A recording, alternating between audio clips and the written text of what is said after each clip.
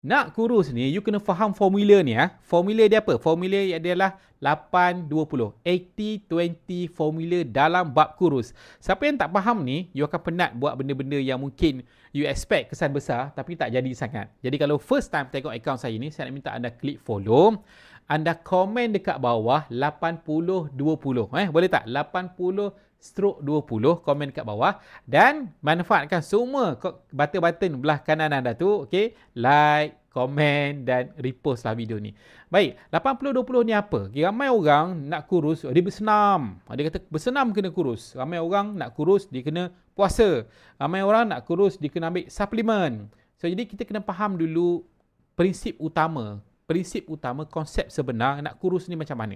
Okey, konsep 80/20 ni ialah 80% daripada kesan anda kurus tu sebenarnya datang daripada kalori.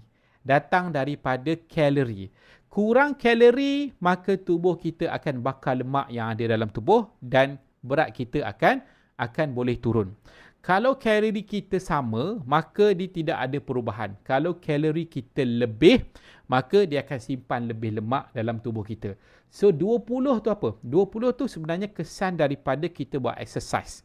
Okey, kesan untuk kurus untuk exercise adalah 20%. Dia boleh bantu untuk naikkan metabolisme, bantu untuk kuatkan kita punya muscle supaya bakar lebih lemak, tetapi kesan besar adalah daripada kalori.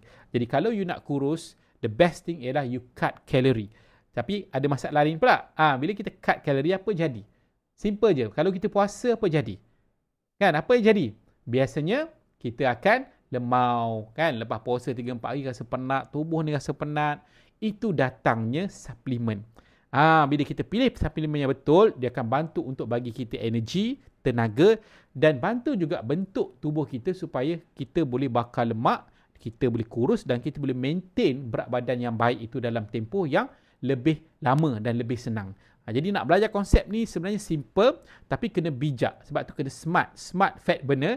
Nak pilih produk apa, nak pilih cara macam mana nak kurus, boleh tengok video-video yang akan datang.